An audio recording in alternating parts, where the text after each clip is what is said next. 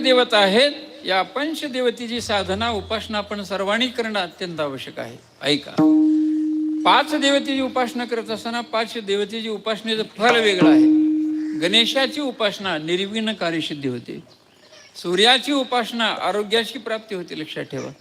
भगवान शिवजीची उपासना ज्ञान प्राप्त होतं. भगवान आईसाहेबांची भवानी मातेची उपासना ऐश्वर प्राप्त होतं. आणि भगवान पांडुरंगाची उपासना प्रेम प्राप्त होतं. विठ्ठल विठ्ठल.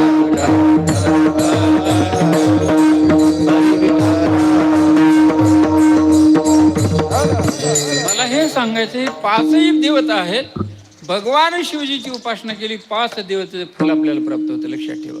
ऐका, भगवान शिवजीची उपासना केली गणेशाची उपासना होते. भगवान शिवजीची उपासना केली की सूर्यनारायणाची उपासना होते.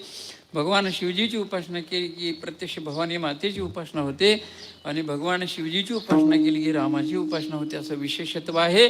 त्याचं कारण आहे का, भगवान शिवजीचा विचार केला, एक एकाचे हृदयी हरी हरा भेद, हरी हरा भेद, हरी हरा भेद,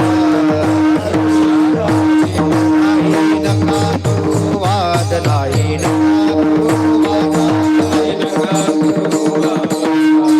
करू वाद, नाही नका करू वाद.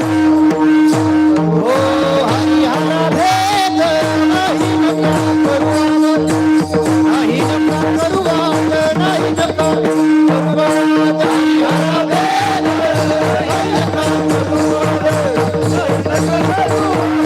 वाद, नाही नका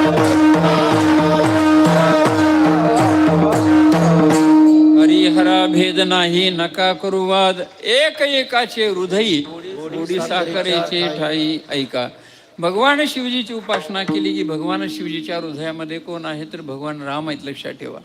इकडं लक्ष द्या. ऐका, भगवान शिवजी आहेत तमोगुण देवता आणि भगवान राम आहेत सत्वगुण देवता. कलरचा विचार केला ना तर भगवान प्रभू रामचंद्र सावळे आहेत आणि भगवान शिवजी आहेत गौरवर्ण कर्पूर गौरम करुणावतारम. त्याचं कारण आहे, चिंतने चिंतने तद्रुपता, रामपूजी सदाशिव भजन करी महादेव, करी महादेव, भजन करी महादेव, भजन करी महादेव, भजन करी महादेव, सदाशिव राम पूजी सदाशिव, श्रीराम जय राम देव, श्रीराम जय राम देव, भजन करी महादेव, भजन करी महादेव, भजन करी महादेव, भजन करी महादेव.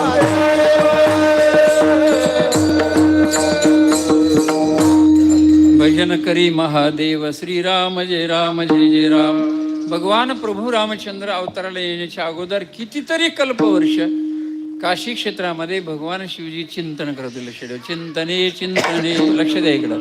तद्रुपता, भगवान शिवजीचं चिंतन केल्यामुळे भगवान प्रभू रामचंद्राचा गौरवर्ण होता ते सावळा झालेला आहे.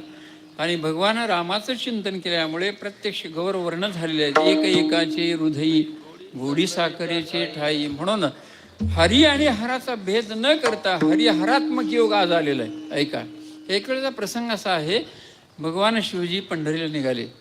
आईसाहेब म्हटले मला पण यायचं आहे, चला.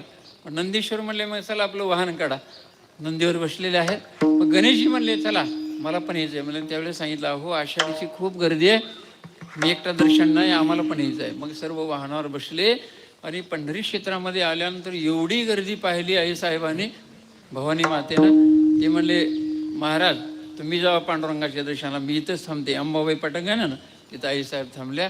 गणेशजीला घेतलं, त्या ठिकाणी वाहनावर बसून निघाले. महाद्वारात आल्याबरोबर सर्वांना सांगितलं, महाराज पार्किंग तिकडं आहे, वाहन आपलं अगोदर इथं सोडा. सगळीकडे पाहिलं आपण तर हनुमानजीच्या समोर फक्त नंदी पंढरीत आहे, बरं का. पंढरीत आपण गेल्याबरोबर नामदेव पारीकडे जाताना उजव्या हाताला भगवान हनुमानजी